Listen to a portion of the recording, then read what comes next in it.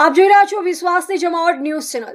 વડોદરાના અટલાદરા વિસ્તારમાં વ્યાજખોરીના કથિત ત્રાસે એક યુવકનું મોત થતાં ચકચાર મચી છે। મૃતક રાજુભાઈ ઠાકોરે વ્યાજખોરના સતત દબાણ અને હેરાનગતિ કારણે જીવન ટૂંકાવ્યું હોવાનો આક્ષેપ તેમના પરિવારજનોએ કર્યો છે। સમગ્ર ઘટનાને લઈ પોલીસે તપાસ શરૂ કરી છે।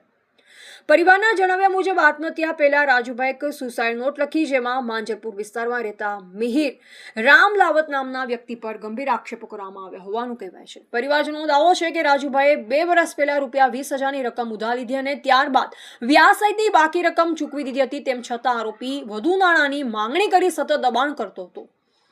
પરિવારજને વધુમાં જણાવ્યું કે આરોપી દ્વારા અવારનવાર ધમકી આપવામાં આવતી અને માનસિક તેમજ શારીરિક ત્રાસ આપવામાં આવતો।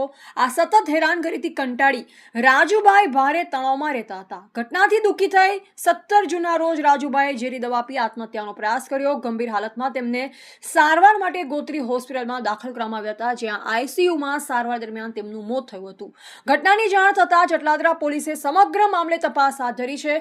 પોલીસ સુસાઇડ નોટ સહિતના પુરાવાની તપાસ કરી રહી છે અને પરિવારના આક્ષેપોના આધારે આગળની કાયદેસરની કાર્યવાહી હાથ ધરવામાં આવશે। અહેવાલ પ્રવીણ પરમાર, વડોદરા।